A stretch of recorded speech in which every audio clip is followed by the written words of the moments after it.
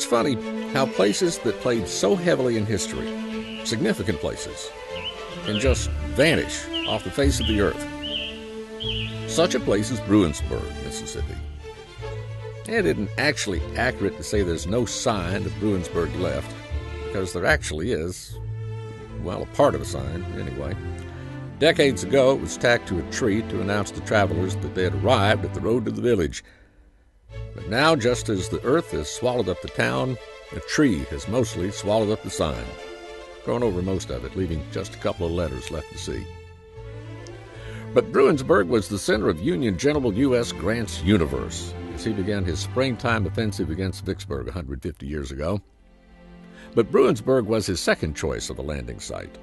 I think he had really planned, from what I hear, and I'm not a military expert by any means, they really had thought they would come up the Big Black from Grand Gulf. And of course the South won at Grand Gulf. It was a battle with the cannons against the Navy. A slave who told him that he knew a fine road into Port Gibson and literally led the people the 21st hour down right to this house. And I would like to think that black gentleman was my great-great-grandfather who showed him how to get the beachhead from the river, Bruinsburg, into Claiborne County. The amazing thing, Bruinsburg is where several great things happened in history, in American history. This is pretty close to where Andrew Jackson married Rachel, right down the road. But Andrew Jackson, before he married Rachel, had a little store there. He sold slaves and whiskey and other things.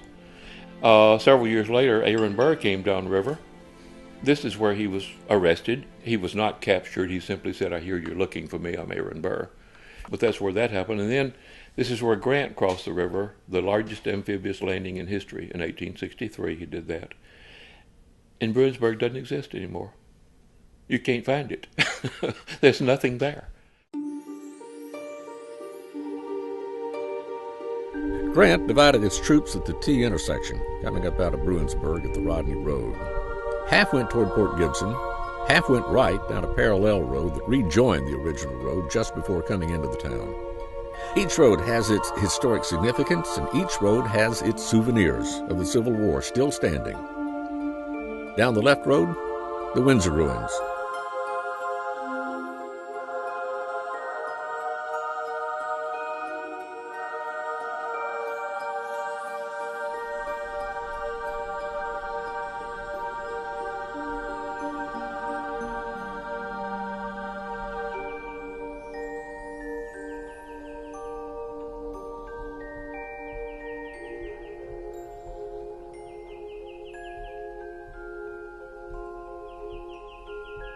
As a high school student here in Port Gibson, I used to take the back road going to Alcorn to their football and their basketball games. And when I would take that back road and come to a certain area of where Windsor started, the beginning of the plantation, I would have these feelings, these supernatural feelings that there's something about this area I'm supposed to know. I get a awakening that, hey, this is an area you're supposed to know about.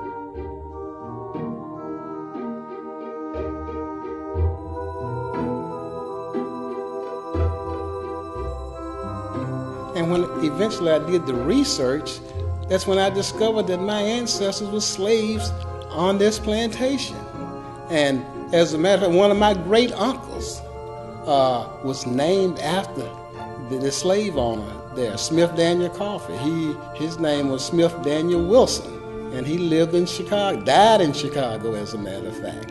But I always had this feeling that this is an area I'm supposed to know about. And that's it. They were slaves on that plantation.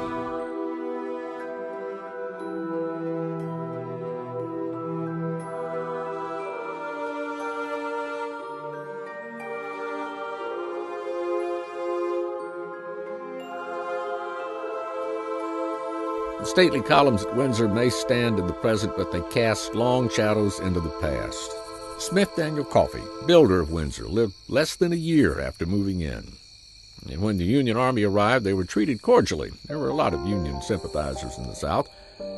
The Army rested in the cornfields at Windsor before moving on to the Battle of Port Gibson the next day. As a matter of fact, the only surviving sketch of the house that was made while it was still standing was discovered in the diary of a Union soldier in the 1990s. Any other drawings, paintings, or photographs of Windsor made at the time were destroyed with the house when it burned in the 1890s, accidentally set on fire from a carelessly tossed lit cigar butt thrown into a pile of sawdust by a party guest. Now the columns only hint at what was probably the grandest house in the Old South from the era of such things.